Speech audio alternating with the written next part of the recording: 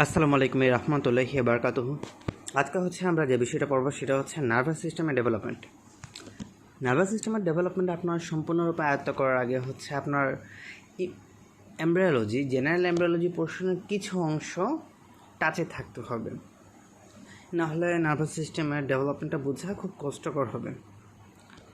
Oogenesis প্রক্রিয়া একটা ovum উৎপন্ন হয় এবং 3টা পোলার বডি। ওভামটা ম্যাচিউর ওভাতে পরিণত হয় এবং 3টা পোলার বডি কোনো কাজে আসে না, সেগুলো ডিসফাংশনাল। অ্যাপপ্টোসিস প্রক্রিয়া সেগুলো আস্তে আস্তে চলে যায়। এখন আসি আমরা ওভামের দিকে খেয়াল করুন। ওভামটা কি? ডিপ্লয়েড। ওভামটা হ্যাপ্লয়েড। আর একটা স্পার্ম আসবে, যে থাকবে হ্যাপ্লয়েড। এই স্পার্মটা যখন ওভামের সাথে মিলিত হবে তখন তৈরি হবে জাইগোট। জাইগোটটা ডিপ্লয়েড। এখন স্পার্ম আর ওভামের মিলন যদি ওভুলেশনের 48 ঘন্টার মধ্যে না হয় তাহলে ওভামটা মারা যাবে। আর যদি 48 ঘন্টার মধ্যে সে ফার্টিলাইজ হয় তাহলে সেকেন্ড মিওটিক ডিভিশন কমপ্লিট করবে। জাইগোট বিভাজিত হয় যখন 4 সেলের মতো দশায় পরিণত হয় তখন সেটাকে বলে আমরা ব্লাস্টোলা। 12 থেকে 16 সেল তৈরি করলে সেটাকে বলে আমরা মোরোলা। মোরোলার পরে দেখেন নতুন একটা কন্ডিশন উৎপন্ন হলো, যেখানে বাইরের দিকে একটা সেলমেস তৈরি হয়েছে এবং ভেতরের মধ্যে একটা কালো সেলমেস তৈরি হয়েছে।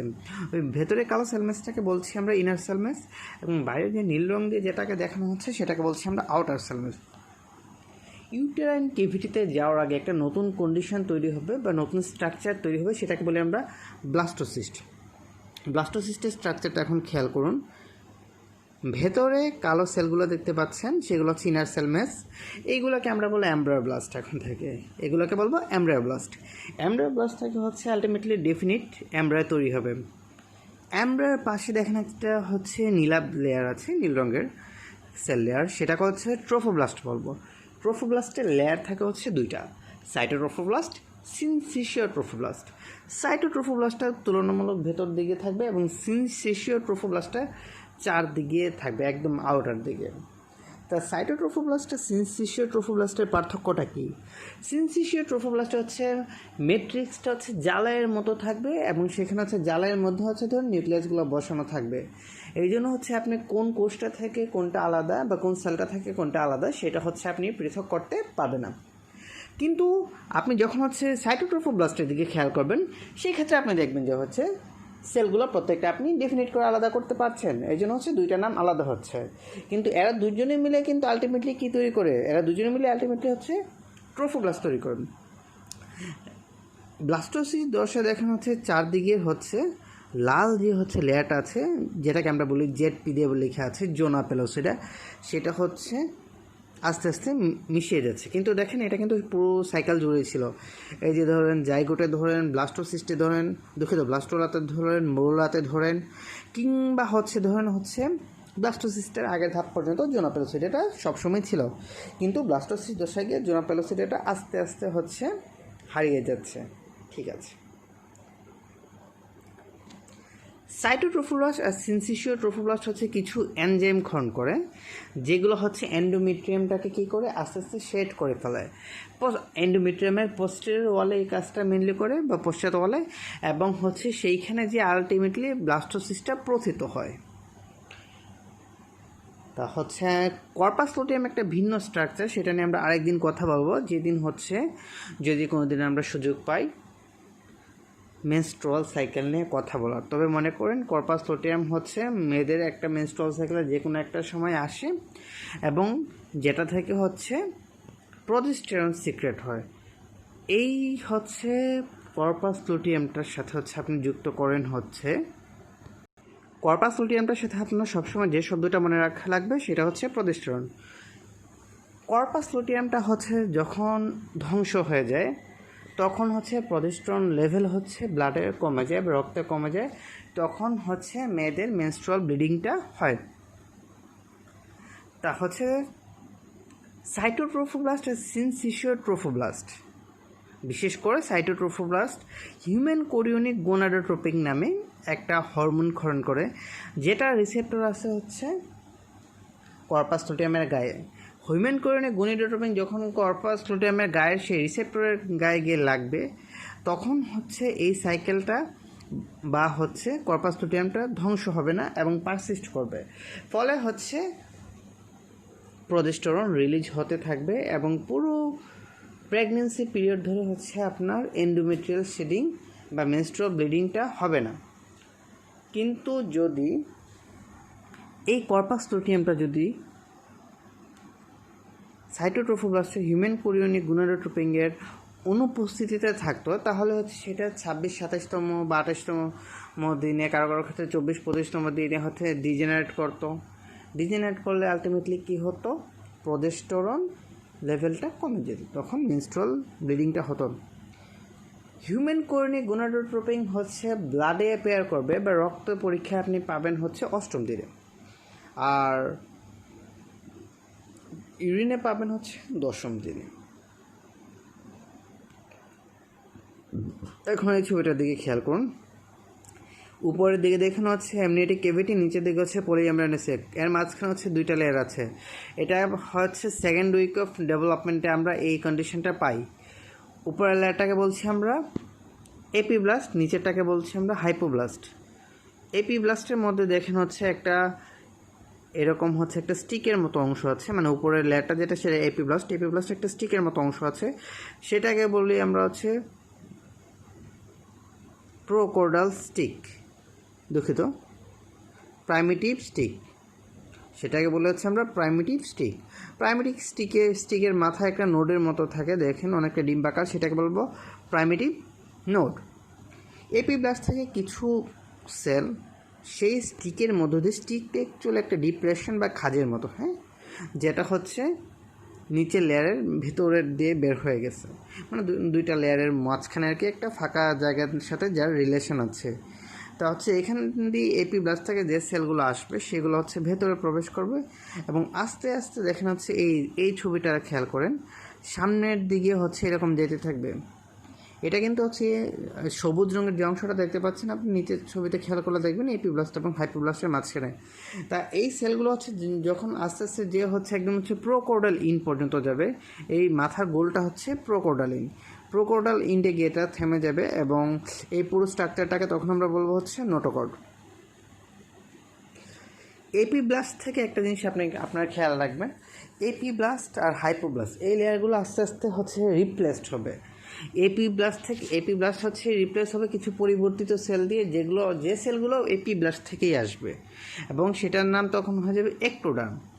এপিব্লাস্ট থেকে তারপরে কিছু কোষ যাবে নিচের দিকে, যেগুলো তৈরি করবে হচ্ছে নোটোকর্ড। এপিব্লাস্ট থেকে কিছু কোষ যাবে এক্টোডার্মের নিচে এই লাল রঙের, যেগুলো তৈরি করবে মেজোডার্ম। এপিব্লাস্ট থেকে কিছু কোষ যাবে যারা হচ্ছে ডিজেনারেটিভ, মানে হচ্ছে খসে যাওয়া হাইপোব্লাস্ট সেলগুলোর জায়গা দখল করবে এবং নতুন কোষগুলোর নাম হবে এন্ডোডার্ম। এপিব্লাস্ট হচ্ছে কলামনার সেলের তৈরি আর হাইপোব্লাস্ট হচ্ছে কিউবয়েডাল সেলের তৈরি। এই কথাটা মাথায় রাখবেন, হ্যাঁ, এটা অবজেক্টিভ আসে। নোটোকর্ড কিছু এনজাইম ক্ষরণ করবে, ফলে এক্টোডার্ম, প্রথমেই বলে নিচ্ছি এক্টোডার্ম, মেজোডার্ম, এন্ডোডার্ম, এই 3টা হচ্ছে লেয়ার বাই লেয়ার হচ্ছে নাম। তা নোটোকর্ড কিছু এনজাইম ক্ষরণ করবে, সেই এনজাইমগুলো হচ্ছে এক্টোডার্মের উপর একটা থিকেনিং তৈরি করবে, তখন সেটাকে বলবো হচ্ছে আমরা নিউরো এক্টোডার্ম। এই নিউরো এক্টোডার্ম থেকে হচ্ছে নার্ভাস সিস্টেমের ডেভেলপমেন্টটা শুরু হয়। নিউরো এক্টোডার্মের মধ্যে একটা ডিপ্রেশন তৈরি হবে। নিউরো এক্টোডার্মের মধ্যে এখন কি তৈরি হচ্ছে, একটা ডিপ্রেশন বা খাঁজ তৈরি হচ্ছে মাঝ বরাবর। আলটিমেটলি হচ্ছে খাঁজগুলোর স্ট্রাকচারগুলো দেখেন, তাহলে আপনারা ছবি দেখলেই মোটামুটি ক্লিয়ার হয়ে যাবেন যে খাঁজগুলো হচ্ছে ডিপ্রেশন তৈরি হয়, আবার দুজনের মাথা মিলে গেছে, আবার তখন দুই পাশে কিছু কোষ ছড়িয়ে গেছে। তা এই জিনিসটা যে একটা ক্যানালের মতো স্ট্রাকচার দখল করতেছে, তখন সেটাকে বলে আমরা নিউরাল ক্যানাল। নিউরাল ক্যানালে হচ্ছে 2টা দিক থাকবে, একটা হচ্ছে সামনের দিকে, একটা হচ্ছে পিছনের দিকে। সামনের দিকে জায়গায় ফাঁকা ফুটোটাকে বলছি আমরা অ্যান্টেরিয়র নিউরাল পোর এবং পিছনটাকে বলছি আমরা পস্টেরিয়র নিউরাল পোর। অ্যান্টেরিয়র নিউরাল পোর বন্ধ হবে হচ্ছে 25তম দিনে, আর পস্টেরিয়র নিউরাল পোর বন্ধ হবে 27তম দিনে। অ্যান্টেরিয়র নিউরাল পোর এবং পস্টেরিয়র নিউরাল পোর হচ্ছে কখন বন্ধ হয় না, যখন হচ্ছে আপনার রক্তে বা মায়ের, দুঃখিত আপনার রক্তে না, মায়ের রক্তে পর্যাপ্ত পরিমাণে ফলেট থাকবে না, তখন হচ্ছে এরা হচ্ছে বন্ধ হবে না 25তম দিন এবং 27তম দিনে পর্যায়ক্রমে। তখন আপনি কি পেতে পারেন, ধরুন হচ্ছে আপনার 25তম দিনে হচ্ছে পর্যাপ্ত পরিমাণ ফলেট আপনার রক্তে নেই, তাহলে হচ্ছে আমরা যে সমস্যাটা পাবো সেটা হচ্ছে অ্যানেনসেফালি। অ্যানেনসেফালি একটা ছবি গুগলে সার্চ দিয়ে দেখে নেবেন। আর হচ্ছে যখন 27তম দিনে আমরা হচ্ছে পর্যাপ্ত পরিমাণ ফলেট ব্লাডে পাবো না, তখন সেটাকে বলবো হচ্ছে স্পাইনা বাইফিডা, এবং সেটা রিলেটেড যে সকল কমপ্লিকেশানস আছে বা আরও কিছু কন্ডিশন আছে সেগুলো, এটা একটু গুগল সার্চ দিয়ে দেখে নেবেন। নিউরাল টিউবটা খেয়াল করেন, নিউরাল টিউবের প্রথমে এখানে দেখাই। নিউরাল টিউবটা উপরের দিকে হচ্ছে 3টে ফাঁপা অংশ তৈরি করবে। সবার উপরটাকে বলবো প্রোসেনসেফালন, তারপর একটা মেসেনসেফালন, তারপর একটা রম্বেনসেফালন। তা প্রোসেনসেফালনের 2টা ভাগ হবে। উপরের বাইরের পোর্শনটা হচ্ছে খুব দ্রুত হচ্ছে সংখ্যা বৃদ্ধি করবে। এই বাইরের দিকের অংশটাকে বলবো হচ্ছে আমরা টেলেনসেফালন। আর টেলেনসেফালন নিচে দেখেন লাল কলমেই হচ্ছে একে দেওয়া আছে, যেটা গ্রোথ হচ্ছে টেলেনসেফালনের মতো অত বড় না, সেটাকে বলবো আমরা হচ্ছে ডায়ানসেফালন। দেখেন ছবিটা আবার ক্লিয়ার করি আমি। সবার বাইরের লাল বড় অংশটার নাম হচ্ছে টেলেনসেফালন, লাল ছোটোটার নাম হচ্ছে ডায়ানসেফালন। এরা দুজনেই কার অংশ? এরা দুজনেই প্রোসেনসেফালনের অংশ। তা প্রোসেনসেফালন নিচে চলে আসি আমরা, এখন পাবো হচ্ছে আমরা মেসেনসেফালন, সবুজ রং দিয়ে আঁকা হয়েছে। এই মেসেনসেফালন থেকে আসবে হচ্ছে থ্যালামাস হাইপোথ্যালামাস। আর সবার নিচে আসুন হচ্ছে রম্বেনসেফালন হচ্ছে 2টা ভাগ হবে আবার, মেটেনসেফালন, মাইলেনসেফালনটা হচ্ছে মেডুল অবলঙ্গটা পরিণত হবে। আর মেটেনসেফালনটা দেখেন আপনি ছবিতে আপনারা দেখতে পাবেন, সেরিবেলাম, পন্স, এই স্ট্রাকচারগুলো আসবে হচ্ছে মেটেনসেফালন থেকে। মাইলেনসেফালন থেকে আসবে মেডুলা অবলঙ্গটা। তাহলে আবার বলি আমরা, প্রোসেনসেফালনের 2টা ভাগ হবে, টেলেনসেফালন, ডায়ানসেফালন। সবার বাইরের অংশটা কী হবে? টেলেনসেফালন, যেটা আলটিমেটলি হচ্ছে আপনাকে সেরিব্রামের স্ট্রাকচারটা তৈরি করবে। তার নিচে থাকবে কি? ডায়ানসেফালনের কাজ কি? ডায়ানসেফালনের কাজ হচ্ছে আপনার থ্যালামাস হাইপোথ্যালামাস তৈরি করে দেবে। তার নিচে থাকবে হচ্ছে মেসেনসেফালন থেকে কী কী আসবে আপনার? মেসেনসেফালন থেকে আসবে হচ্ছে মিড ব্রেন। আর হচ্ছে রম্বেনসেফালনের 2টা ভাগ, মেটেনসেফালন, মেটেনসেফালন থেকে আসবে পন্স, সেরিবেলাম। আর হচ্ছে মিডল অবলঙ্গটা আসবে মাইলেনসেফালন থেকে।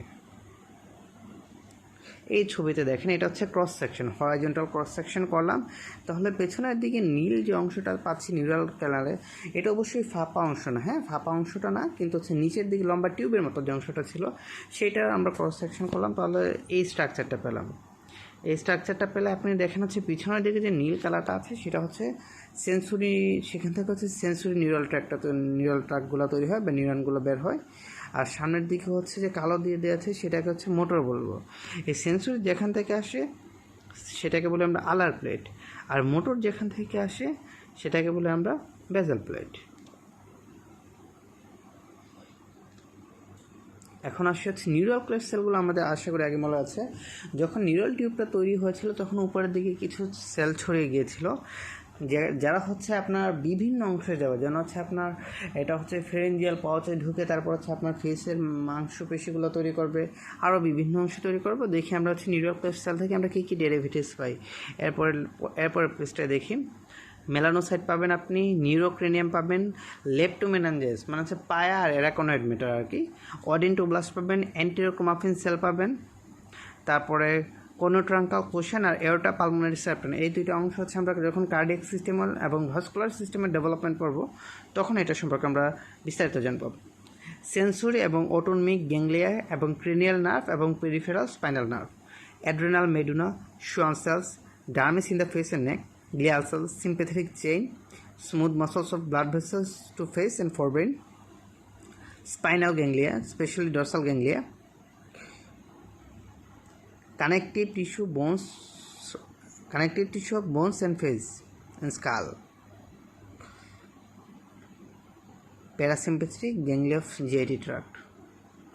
আর হচ্ছে ল্যাংম্যানের 73 নম্বর পেজে হচ্ছে যেটা দেওয়া আছে নিউরাল সোমাটিক এজ কোরিলেশন সেটা দেখে নেবেন।